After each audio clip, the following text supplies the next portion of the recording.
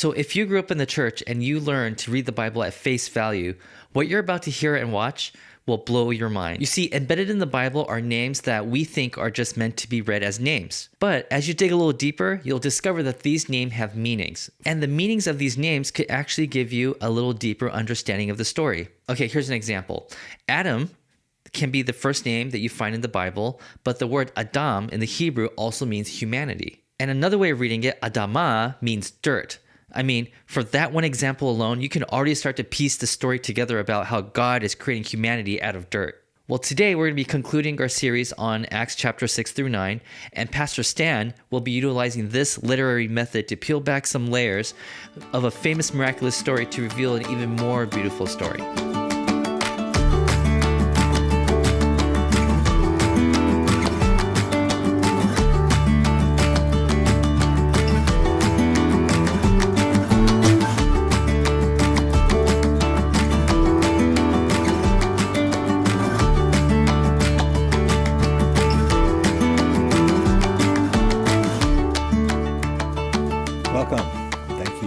Opportunity to share with you from the book of Acts.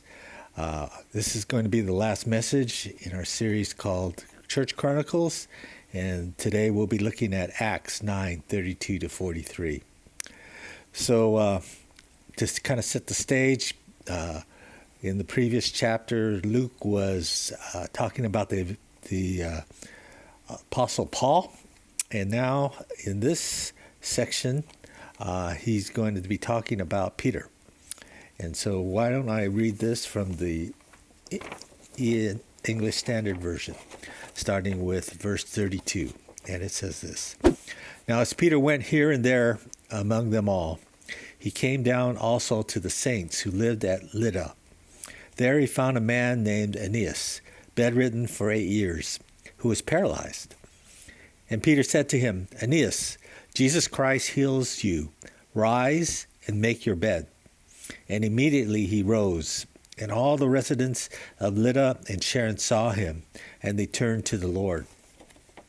Now there was in Joppa a disciple named Tabitha, which translated means Dorcas. She was full of good works and acts of charity. In those days she became ill and died. And when they had washed her, they laid her in an upper room. Since Lydda was near Joppa, the disciples, hearing that Peter was there, sent 2 men to him, urging him, please come to us without delay. So Peter rose and went with them, and when he arrived, they took him to the upper room. All the widows stood beside him weeping and showing tunics and other garments that Dorcas made while she was with them. But Peter put them all outside and knelt down and prayed. And turning to the body, he said, Tabitha, arise. And she opened her eyes, and when she saw Peter, she sat up. And he gave her his hand and raised her up. Then calling the saints and widows, he presented her alive. And it became known throughout all Joppa, and many believed in the Lord. And he stayed in Joppa for many days, with one Simon, a tanner. There's many ways to engage in Scripture, and one way is through observation of what's written. And so if we were to look at these 2 passages through that lens, the thing that stood out for me is that the 2 miracles that occurred here both resulted in people believing in Jesus. In verse 35, Luke records that the residents of Lydda and Sharon turned to the Lord. And then in verse 41, after Tabitha was healed, Luke reports many believed in the Lord. So from that observation, we could make a possible interpretation of, well, when miracles occur, that the pointing of those miracles from God do not point to the instrument that delivered the miracle. They point to Jesus. and have people believe in Jesus. So even though Peter did the miracles, it wasn't, he was known to perform the miracles because that led to the second miracle with Tabitha. But in essence, the outcome of the miracle was that people believed in the Lord. So when God does things in our lives, the outcome that I believe he desires, even though it's miraculous and we can celebrate the wonderful thing that he did, his message is an invitation to believe in him. And that's kind of seen in that passage with Tabitha. All the people were bringing all those wonderful things that she did and she had given. But Peter kind of pushes all that out and brings Tabitha back to life and presents Tabitha, and that it's about a person.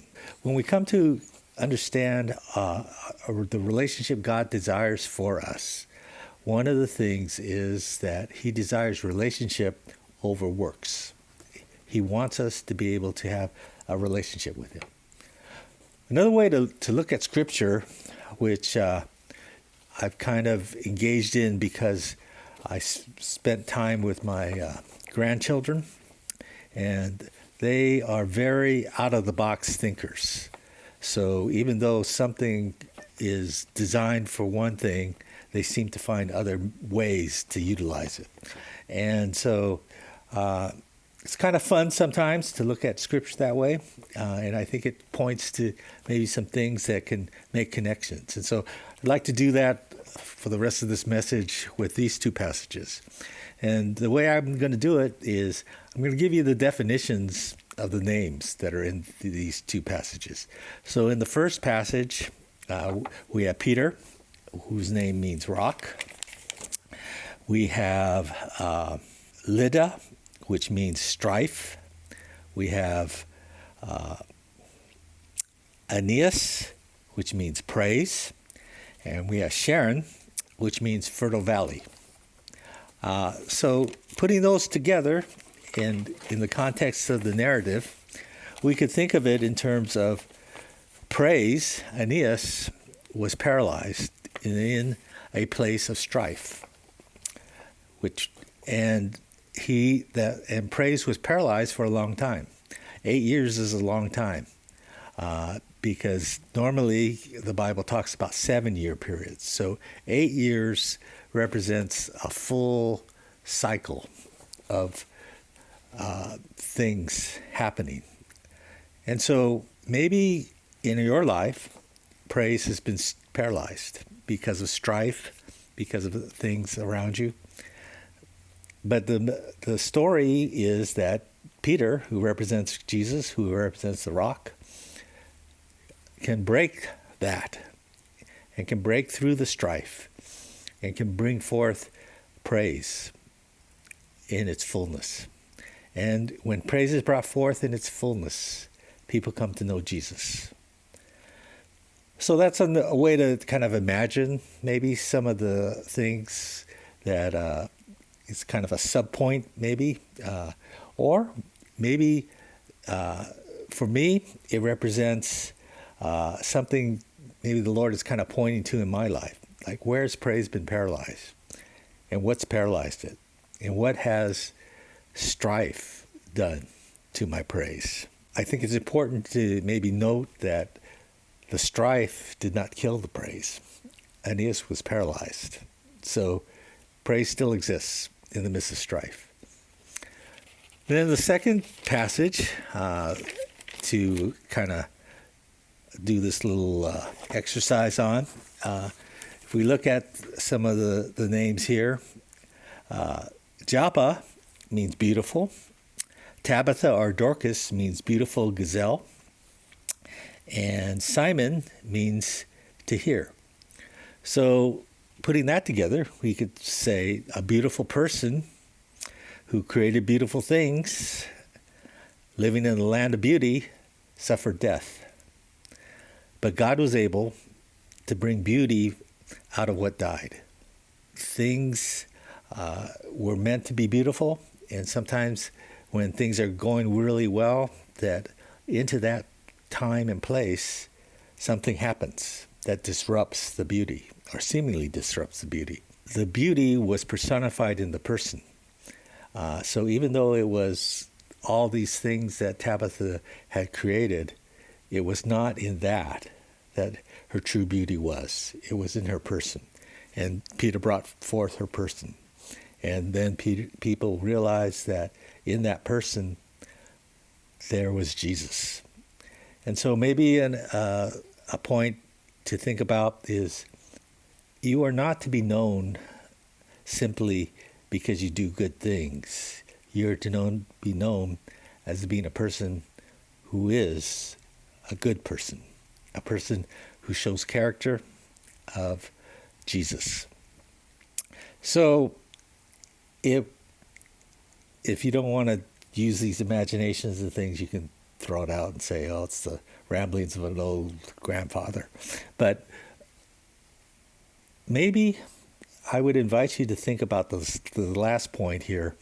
It says that Peter dwelt with Simon, and Simon means to hear, and the occupation of Simon was a tanner.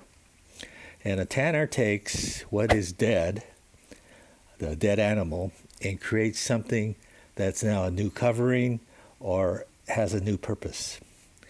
And so what Peter was going to dwell with was to hear God in looking at things that are now going to be